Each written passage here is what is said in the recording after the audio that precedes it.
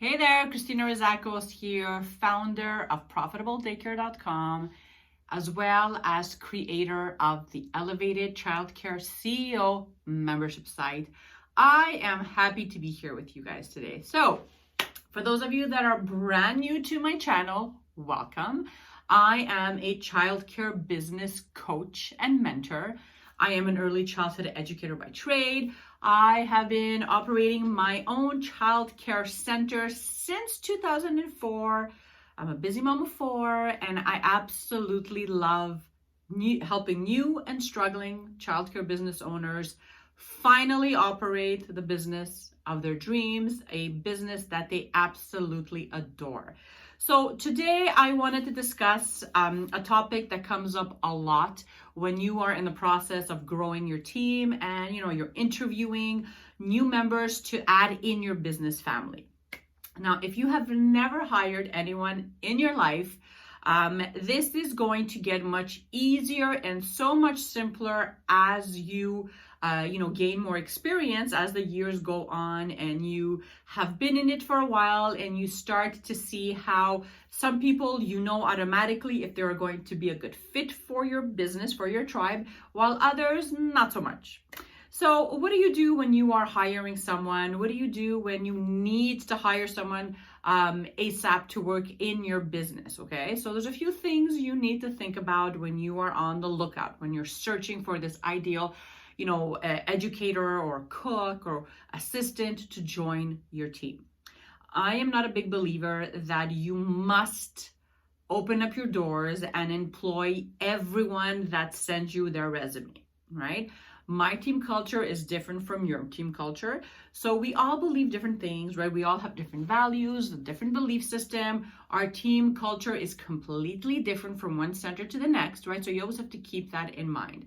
So what happens when you create an ad, for example, let's say, and you place it either on a Facebook ad or maybe you place it in your local paper, and you start getting all sorts of resumes. And as you're going through them, as people are calling in and you're kind of screening them on the phone, you start to think, wow, like I don't see the potential in any of these, right? I'm not getting that feeling inside that says, yes, this is the person that I want to add in my team. And then you start feeling hopeless. You start feeling as though you missed something, that you did something wrong. So that's what we're going to talk about today. I'm going to encourage you to think of this in a different mindset. And I'm going to encourage you that whenever something doesn't work in your business, so whatever that is, whether that's, your strategies in terms of marketing or maybe registrations or your policy creation, when things don't feel aligned, when you feel as though there's something off, I strongly encourage you to stop and to do an investigation and to really research what went wrong, what can you do instead of what you were doing before that wasn't really working, and then just try something new. There's no use in doing the same thing over and over, especially when you know that it's not working, when it's not bringing in more customers, when it's not attracting the right type of employee in your business, right? So you want to make sure that you're always searching and you're open to new ideas and new strategies and new tactics, so that you can get your business to a point where you are thriving and you are connecting with the right people and that you are operating a business that you love, right? So let's get back to our hiring process, right? So what happens when you get all these CVs on your desk and nothing's working? You start feeling overwhelmed, you start feeling stressed out, you just don't know exactly where to find this ideal person. How you might start asking yourself, why do other centers seem to have amazing staff working for them that never quits, while my staff always ends up working for a few months and then never coming back again, right? We've all been through that. You're not alone. So I'm going to encourage you to go back at the beginning. I'm going to encourage you to look at your hiring policies and your procedures. And more specifically, I'm going to encourage you to look at your job description. Okay, especially if you have never ever had to hire someone. Writing a job description can be a little bit tricky, right? It's something that we don't necessarily want to be doing. It's a little time consuming, but I recommend that if you take the time and you do it well once, so every time after that you need to add a new member in your team, if you have this in place on your Google Drive or somewhere in your computer, you could always go back and just use the template and tweak it and just use it as your team grows and as you start hiring more and more people, right? So you can do the job only once and then just reuse the same systems and the same procedures every time you need to onboard or you need to hire someone new. So let's approach this with a different mindset. If you place this ad, whether it's on a Facebook ad, a Google ad, a local paper, whatever you did, and you start getting all sorts of people that don't necessarily fit your tribe, right? I'm going to encourage you to look at hiring and writing a job description with a different mindset. Instead of approaching it in a way where I need to hire someone, I'm completely desperate, I need to fill this position because come 2 weeks, we won't have somebody working in there and I need to get this done fast. Versus, what type of person do I want to add in my team? What do they look like? What do they believe in? Where do they live? How many years experience do they have? Where do they hang out online or locally, right? What's important to them? Do they read books? Do they listen to music? Are they big on self-development? Do they follow trainings and workshops, right? You need to have a clear picture of who you are looking for. And one of the biggest things that you need to ask yourself when you are approaching this in that type of mindset is, what do they need to see in the job description that they're going to read that's going to make them say, yes, that's the daycare or childcare center that I want to work at? Okay. So if you approach it in that way versus I need to hire someone quick, fill this hole as soon as I can, as far cheap as I can, then I hope you're starting to see the difference that these two are completely different. And I know that when you're in it and you have 1,000 things going and someone quits on you, you're not necessarily thinking of it as finding your right team. You're more inclined to go towards, let's get this done fast. But then that is only going to cause you more problems in the future because you're going to end up hiring out of desperation. And what happens when you hire out of desperation? It comes with its own pack of problems that are going to cost you more stress and more money to take care of later on. So let's talk about the job description. What types of things do you need to have in place when you are writing a job description? Well, when you are placing an ad in, when you're investing in a Facebook ad, for example, I teach my students in my membership site that you cannot just place an ad and expect someone to click on it or email their CV immediately, right? You need to have some type of strategy in place. So I teach that you place an ad with an engaging photo, right? So whatever that is for you, maybe a video or a photo or an image. And then when somebody clicks on it, brings them to a landing page that you have created where they will find your job description, okay? So you can get as fancy as you want with this, which is really exciting. So if you're someone that enjoys video and you want to do this verbally, you can actually create a video and post it on the landing page. But let's stick with good old-fashioned text, right? So let's say you are directing all the traffic over to a landing page, and on this landing page you are writing up this amazing job description that hoping your ideal perfect team member is going to land on and say, yes, this is a daycare that I want to work at, okay? So what types of things do you need to have in place in your job description to make sure that you are standing out, that you are, putting your, making your point across, that you are clear about what you are looking for in a team member and an employee? What types of things do you need to have in place to make sure that all those elements are in the job description? Okay, so when I teach job description, okay, it's very important to understand that it's not, the mentality of less is more. You need to be detailed. You need to be detailing everything. So in order to do that, you need to know two things. Number one, what your business's needs are, right? So what is this person going to be doing in your business? What are they in charge of, right? What does your business need right now? And secondly, you need to know who you're looking for. So that's why I strongly suggest that you sit down and you create your ideal educator or cook or assistant educator avatar, okay? Get creative, whatever that looks like for you, start writing it down and get detailed. Where do they shop online? What types of websites do they visit? What types of curriculums do they believe in? Just get in the habit of being really detailed and creating this ideal avatar, because when you know who you're looking for and when you know where to find them, it's so much easier than versus throwing spaghetti on the wall and then just getting a bunch of people messaging you or sending you their resume that don't really fit what you're looking for, right? So those are the two things you need to get clear on. Next, it's time to start creating your job description. And I'm going to detail this and walk you through. There's actually a PDF that I created. It's a checklist to help you through the process. I'll put the link under the video, so all you need to do is click on it and you'll have access to it. But I still want to walk you through it because I know this is something that is stressing out a lot of childcare business owners, okay? So the first thing you're going to start with is the title of the position. Very simple. Second thing you're going to talk about is the start date. When is this position available, right? Third thing about the daycare or childcare center. So this is where you are going to state the name of your business, your mission statement. Take maybe 2 or 3 sentences and really just detail in those 2 to 3 sentences a little bit about your business, about the center, like an overview, right?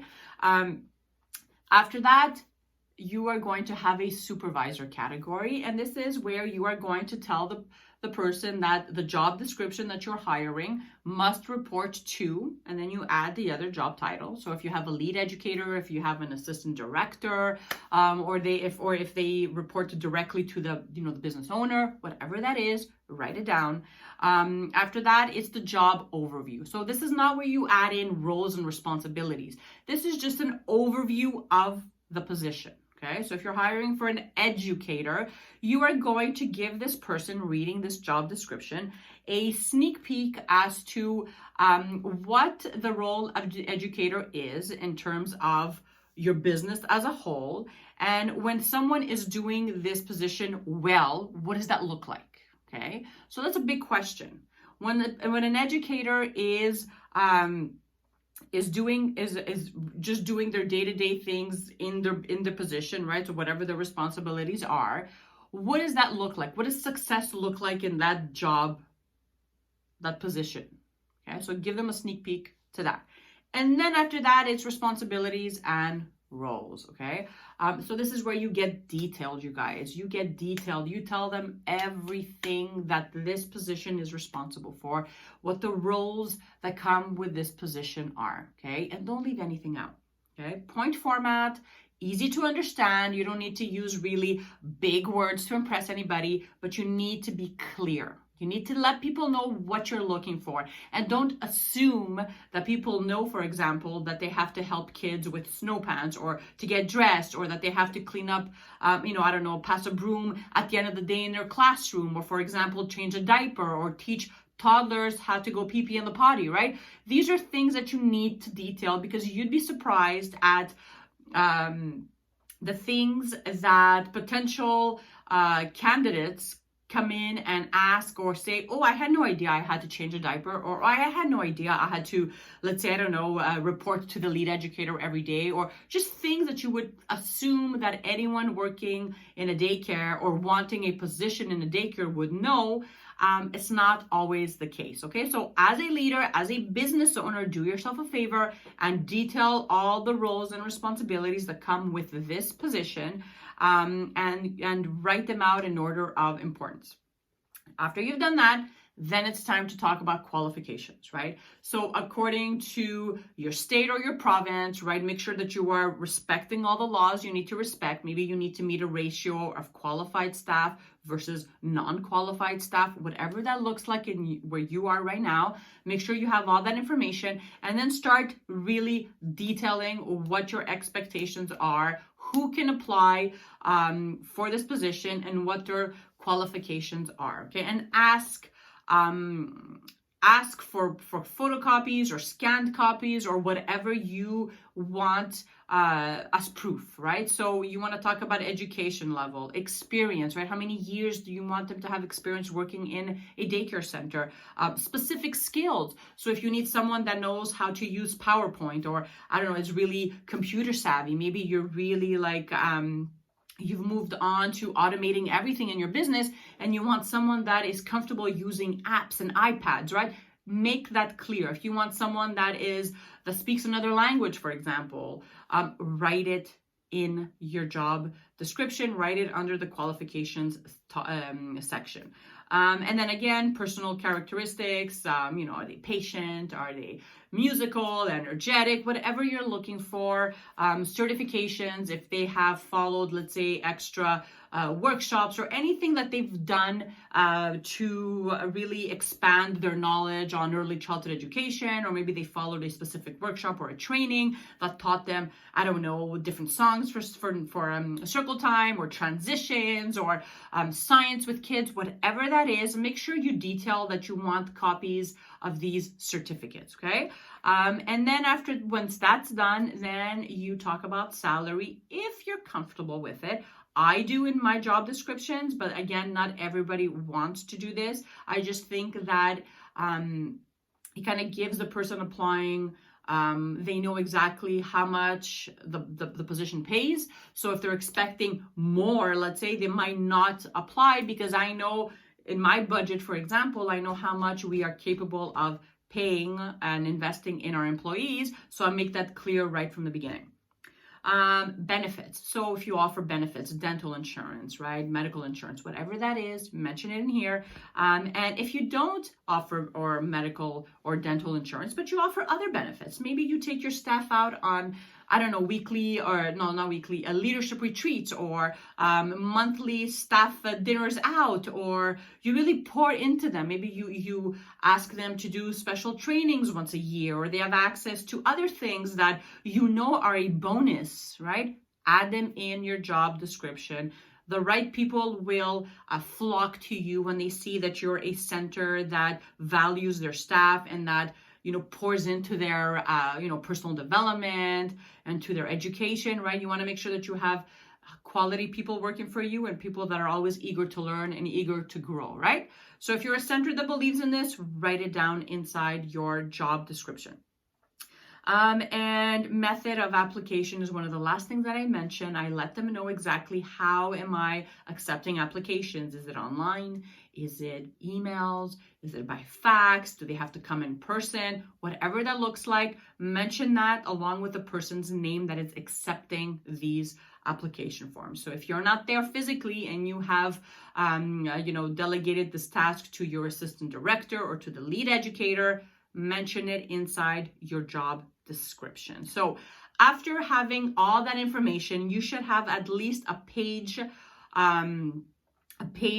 filled with this amazing job description that anyone looking at is going to get a clear picture as to what your center stands for, what you believe in, what exactly you're looking for, and what this person, is responsible for if they get the job. Okay. So, I really believe that every childcare business owner is not meant to hire everybody. You're not meant to serve everybody. So it really begins with detailing and knowing who you're serving and what your ideal team avatar looks like. You need to get this really clear in your mind, because as soon as you know who you're looking for, where they hang out online or locally, what they believe in, what their philosophy is on early childhood education, right? And all that stuff, you know how to find them, you know how to message them, so that as soon as they read this job description,